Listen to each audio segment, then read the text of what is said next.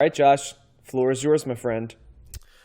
Okay, now we are going into the goth rock zone with Bauhaus, and that is German for the building house. and uh, in the opening montage, you heard "In the Flat Field," and now you're going to hear "Nerves."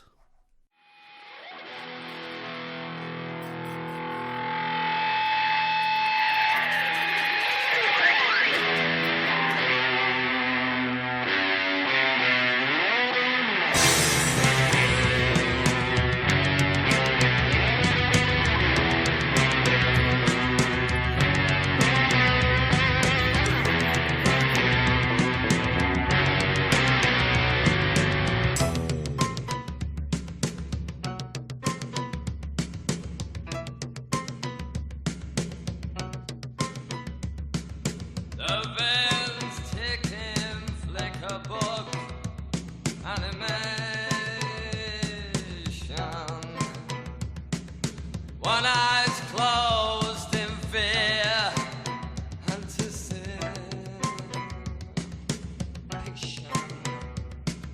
Will it stay shut? Will it ever open? Okay, Matt, what are the numbers on Bauhaus? So Bauhaus is In the Flat Field comes in at number 180 in the 1980s on Best Ever Albums, number 28 in 1980, number 1137 of all time. It is their highest rated album on Best Ever Albums, and surprisingly, it did not make Rolling Stone's list. Or not surprisingly. Okay. Well, Bauhaus, this is their debut album. It was released November 3rd, 1980. And Bauhaus was formed in 1978 in Northampton, England. And they are considered one of the pioneers of the goth rock genre, although they would resist being defined by that label. But there is a whole genre that I will talk about a little bit. The band consists of Daniel Ash on guitar and sax, Peter Murphy on vocals, Kevin Haskins on drums, and his brother David J. Haskins on bass. Also goes by David J. as in his musical career. Daniel Ash would be considered the founder of the band and knew the other three members of the band since childhood. So it's another one of those England bands that all knew each other and went to school together and things like that. Growing up, they would often play together in different bands. And in 1978, Daniel Ash recruited Peter Murphy, who was working in a factory, printing factory, I believe, and didn't really have much experience playing playing music at all, and or writing music, and so he recruited him, and then followed by Kevin Haskins, and then finally they got his brother David on board. They were originally called Bauhaus 1919 after the first year of the German School of Design, which is by the same name, and but then they ended up dropping that 1919 before releasing their first single. They also used the same font in their band as the emblem and design of the school, and the Bauhaus not only is the name of the school, but it's kind of like a German style of design, and is characterized by kind of, well, it started out in 1919 in Weimar, Germany, and is characterized by kind of simple and functional design, kind of the German way of things. But you can read more about that. And so after 6 weeks of performing in this band, they went into the studio and recorded their first demo. They recorded 5 tracks in that session, and they ended up with their single being called Bela Lugosi's Dead, at 9 minutes long. And I mean, Wow. that kind of really sets the tone for the whole band. It really captures the band in a nutshell, in my opinion, if you listen to it. It was released on August 1979, and the track was influenced by reggae and dub music, with the drums and the bass up front, which you can hear on this album as well. Also on that song are echo, a lot of scratchy guitars, descending chords, all of which create this atmosphere and would become hallmarks of their sound and kind of goth rock in general. And the title and lyrics of that single deal with Bela Lugosi, who played Dracula in the 1931 film. So then again, you have kind of not only these horror elements in kind of the lyrics and music, but also kind of the sexuality and mysteriousness that comes with Dracula and kind of horror films and that whole kind of milieu. Sucking blood. Yes. Yep. And obviously Dracula's the first Gothic novel. So, and one of the first horror novels. You would think that with these themes and the sound and it being a 9.5 minute long song would create a situation where it would not cater to commerciality, but it received positive reviews and it received airplay on BBC Radio. And, you know, after they played it, fans immediately wanted, you know, were clamoring for more. At this time, they were on a small label called Small Wonder Records, but then they left them due to the label not being able to support them for budgetary reasons on tour. I guess they were really that small or were having financial issues. I don't know. They signed with a label called 4AD, and they released 2 more singles, Dark Entries in 1980 and Terror Couple Kill Colonel in June of 1980, before releasing this album in the Flat Field. So even with the titles, you can kind of get what they're going for. Leading up to the release of this album, they played 4 dates in North America, followed by 20 dates in England, all in the name of promoting this album release. However, it received negative reviews by critics on release, but stayed in the UK indie charts for almost 2 years. I guess this is the first mention of the UK indie charts, but they exist and they were popular. NME described the album as, quote, 9 meaningless moans and flails bereft of even the most cursory contour of interest. Oh, wow. And critic Andy Gill described them as, quote, a hip Black Sabbath, which I found hilarious. A hip Black Sabbath. Yep. Now, kind of goth rock is considered a genre that came after post-punk and has a darker tone. It's almost post-punk in a way. It uses bass and minor chords, dramatic arrangements, and thematically is inspired by Gothic literature like Dracula.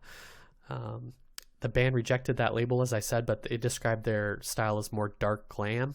And Kevin Haskins said that Sushi and the Banshees were really more influential to goth rock and were an influence on them. And that's a band that started in the late 70s, but we will be talking about later on in the show and as we move on, and actually probably in a couple weeks. But Daniel Ash also said, quote, later on, if you wear black in your first singles, Bela Lugosi's dead, you've pretty much got a stamp on you. That's always been one of our strongest songs, so it's sort of undeniable. I would agree with them. And they've kind of, John, you posted, you provided a link to a YouTube video that I did watch, that it was called Bauhaus. Was it Bauhaus before Bauhaus?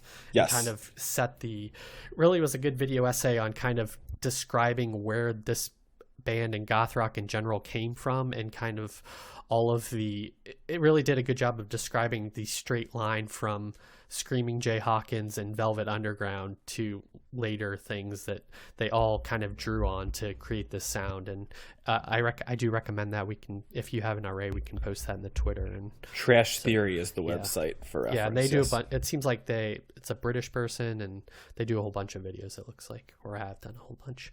So yeah, that was fun to watch, and kind of gave me some more context on the band. But I only have a short kind of coda to the band, because they're not around that long. They're really only around for about 4 years or so.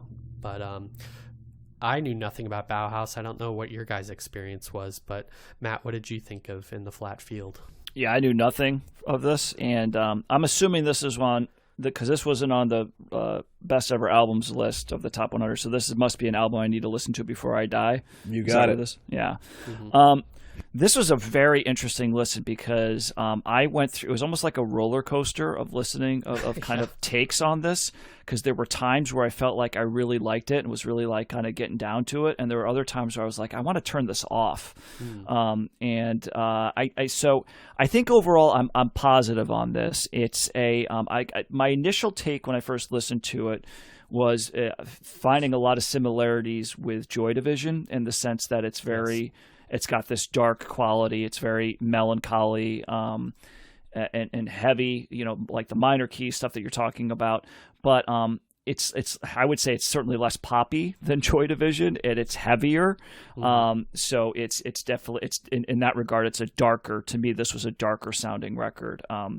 It certainly helps to be more dark when the lead singer's like screaming the way that he's screaming, they're not really doing that as much in Ian Curtis isn't really doing that as much in Joy Division. But so it's interesting you mentioned Black Sabbath, because that's one of the bands that I thought of when listening to this. I was, particularly for a song, I think Stigmata Martyr, the eighth track on this record is very, kind of reminiscent of some Black Sabbath stuff in terms of like the screaming and the kind of like, it's almost like the pain kind of a thing. It was a disturbing listen, for me. If you remember, I was kind of like a little disturbed with some of the.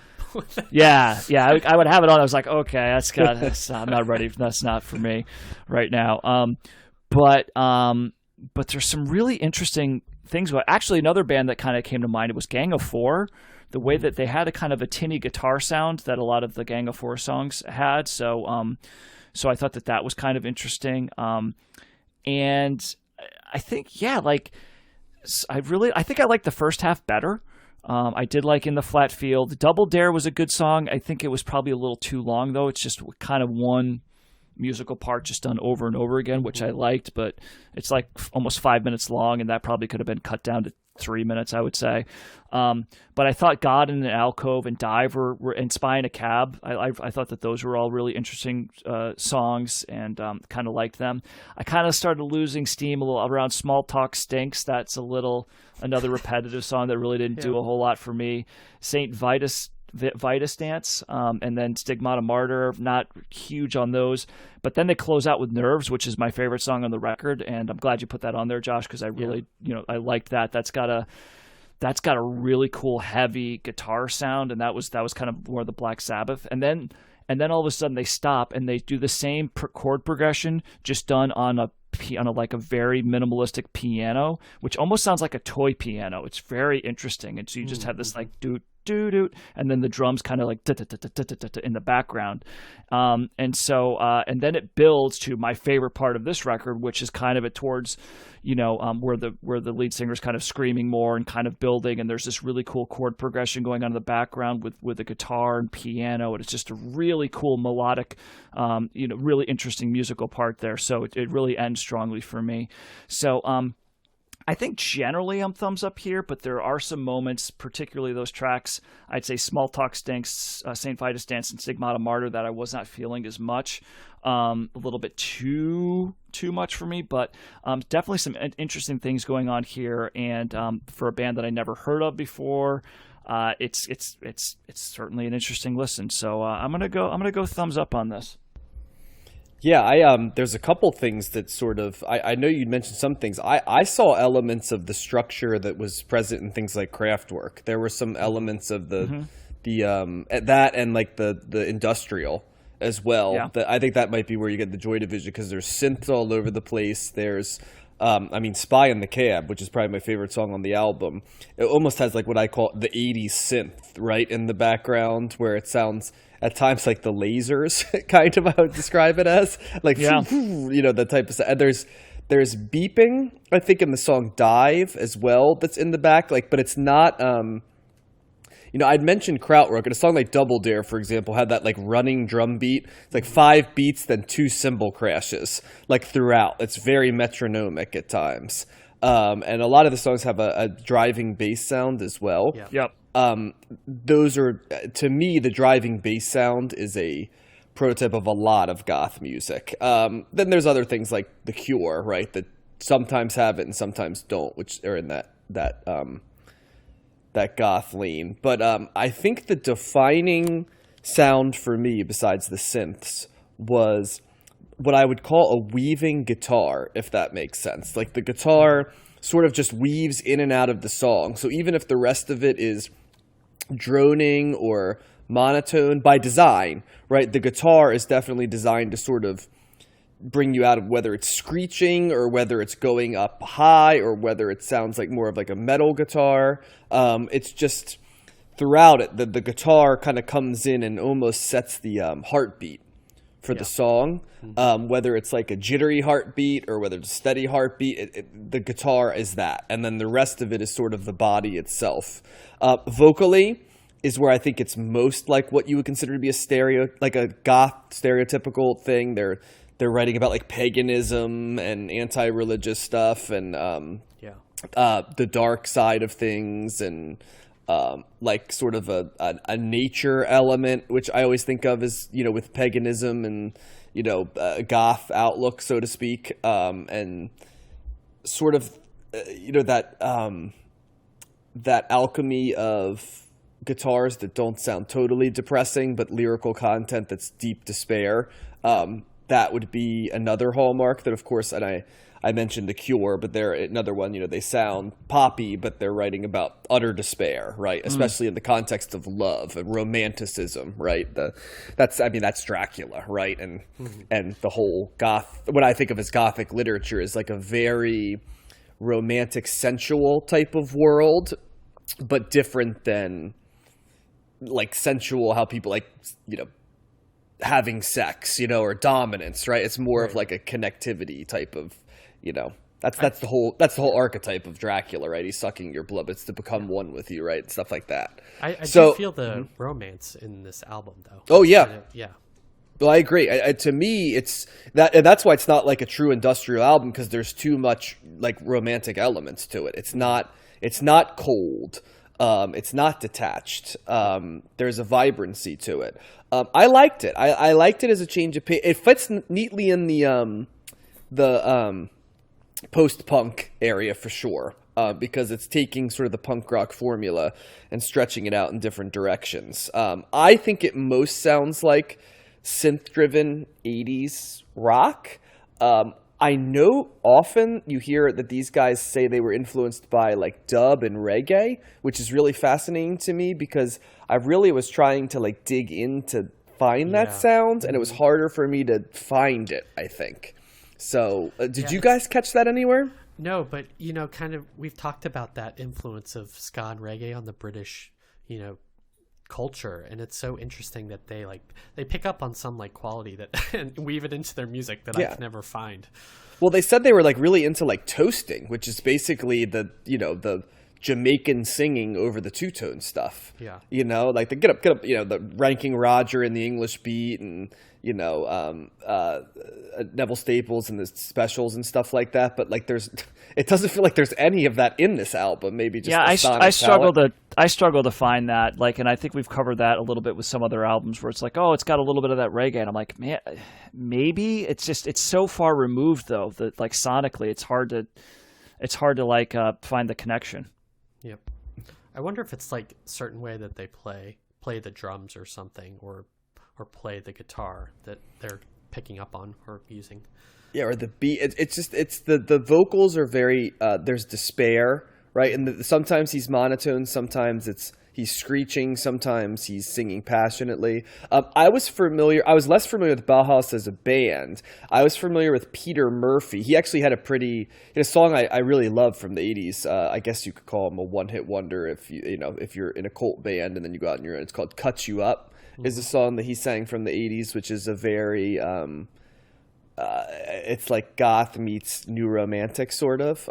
It's a song I really love, and so I was familiar with him from that, but I wasn't familiar with their work. I knew of their reputation as sort of like one of the fathers of goth, but yeah, it doesn't strike out as like a stereotype. It's definitely, there isn't a distinct lane of, oh, well, this is goth, right? It's goth adjacent, I would say, which is probably why they hate that label, because it really does niche you to say you're goth. But there's more to it on this album than just that, and they're shifting styles. So yeah, I would say I like this album quite a bit.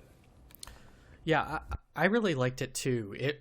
It's funny because Joy Division in some ways is similar, and I think they were an influence on this band. But I responded to this much more than Joy Division. I feel like there is an energy and an emotion here that is not present in Joy Division that I really responded to. And I feel like that romantic feel and kind of the, I don't know, the gothic imagery and stuff, and kind of the almost the theatricality of it. It's so kind of over the top in some aspects. It just kind of, and it seemed like more fun in some ways than the Joy Division did. Now we're covering Joy Division next week, so we'll see. Well, yeah, and this isn't like, this is mopey, but it certainly isn't like, you know, deep despair, because there's also like stuff about like nature and stuff, right? So it's very connected to that. And it, you know, that it reminded me of bands that I heard later in college, like AFI and stuff, that took kind of some of those goth tropes, and especially in their videos and look and things like that. But you know, another band I feel like Danzig is another band that I got from this Misfits a lot, like Glenn Danzig. That's Glenn Danzig.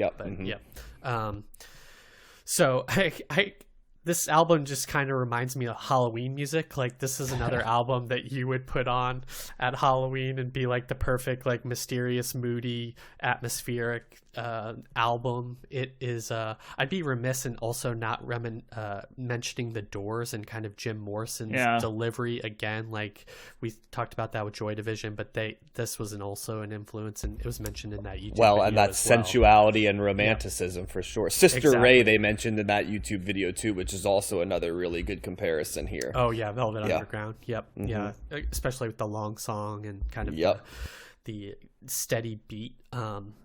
I kind of really liked the guitars. Almost sounded out of tune at times. I really feel like that brought something unique to the sound. I would describe the drums as hollow sounding at times in this, and that also contributed to kind of the spookiness of it. Obviously, kind of the lead singer vacillating between screaming and kind of the Jim Morrison delivery is evocative, and I like when their backing vocals come in at different points and make interesting contributions, like in A God in an Alcove.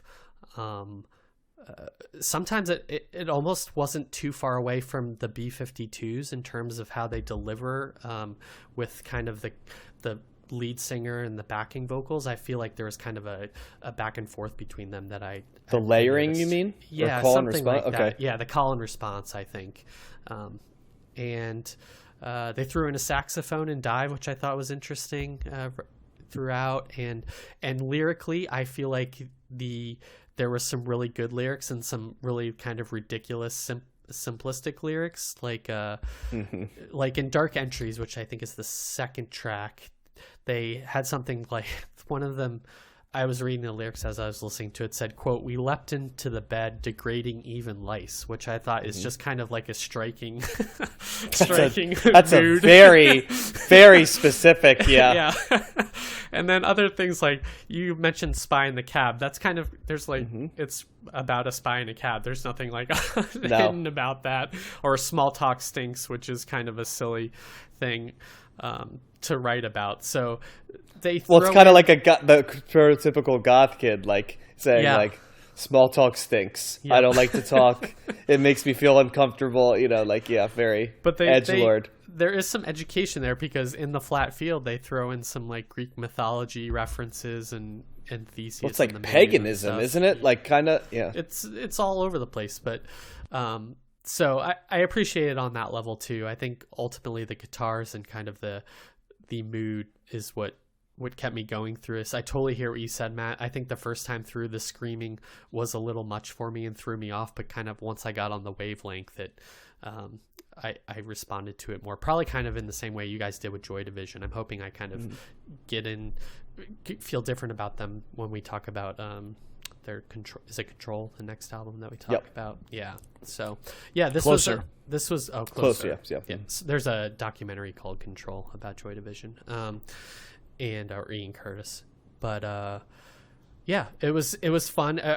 I feel like it kicked off the '80s in an interesting way, dynamic, different than what we experienced in the '70s. So I'm glad I listened to this. And Yeah, I also went in thinking Bauhaus was going to be like more krautrock or something because of the name, and so I'm glad I was surprised about what they sounded like. Yeah, when I think of '80s, I don't necessarily think of something like this. Although I will say, I agree with you. I mean, there's parts of this that, I think of it. Do you? This is See, a lot of the '80s. Yeah. I do see parts of like of something like the B-52s or Talking Heads or Devo in this as well. There's a lot of it is drawing from a lot of different places, which I kind of found interesting. I even found like what is Spy in the Cab? You guys were talking about that. That's there's a little psychedelia going in there. It's kind of like the way that guitar is playing that over and over again. The tone, it's like a very kind of puts you in a little bit of a trance or something in the way that a psychedelic song might do. So yeah, a lot of dribs and drabs of things that kind of make it its own thing.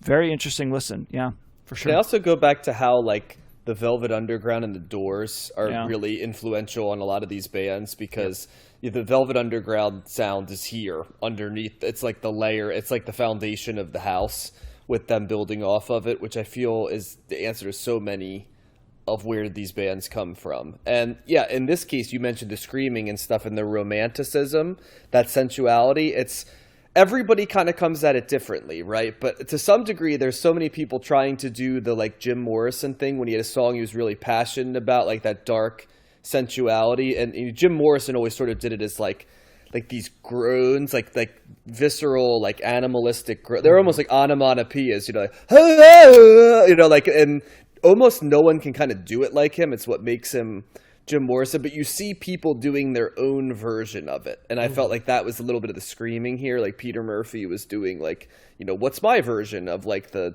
Jim Morrison, like sort of, the passion taking over you type of sound, which kind of comes from old school rock and roll of, the 50s, acts kind of just, Little Richard, Jerry Lee Lewis type stuff, the continuation of that. But yeah, I saw the Doors is another very good comparison here, especially the more psychedelic / droning like Doors songs. There's a lot of that in this as well. Yeah, I would say too. I think the other thing is the glam aspect to it, especially kind of the performance piece of it, which obviously we can't hear, but I feel like comes through in some way in terms of that emotion and the sexuality again and things like that. So yeah, glam was definitely an influence. Well, even though glam was bright colors and goth is black, right? There's also the makeup and the like larger than life feelings and stuff like that. So yeah, there's a Venn diagram of both of those musics for sure. Yeah, but having not much experience or little experience with the goth rock genre, I'm glad we got to listen to this. It was interesting and fun. Agreed. Yeah, I'll give. And John, you can go see them in a couple weeks, can't you? Aren't they touring?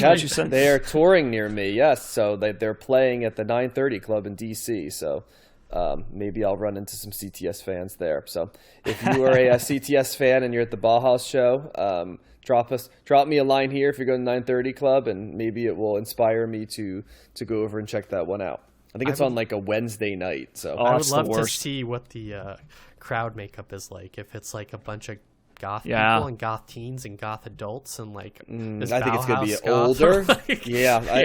I am trying to figure. Yeah, maybe like old goths. Yeah, like Visigoths. So, but getting back to I did like this, and it's the third of 3 albums I like this week, and 3 very different albums. Oh yeah. Yep, definitely.